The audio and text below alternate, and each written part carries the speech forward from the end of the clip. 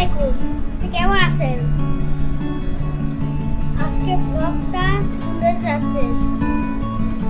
ব্লগে দেখবেন যে এই ফলের নাম হলো শাপলা ফুলের ফল।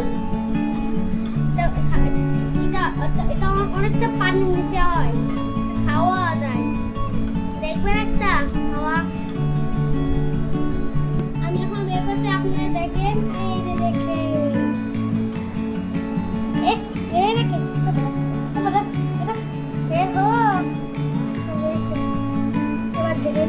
দেখবেন বোম ফাটবে এইভাবে একটা করে, অনেকগুলো বোম ফাটবে। সবগুলো কিন্তু মনে করেন না, এক চেনে রাখেন।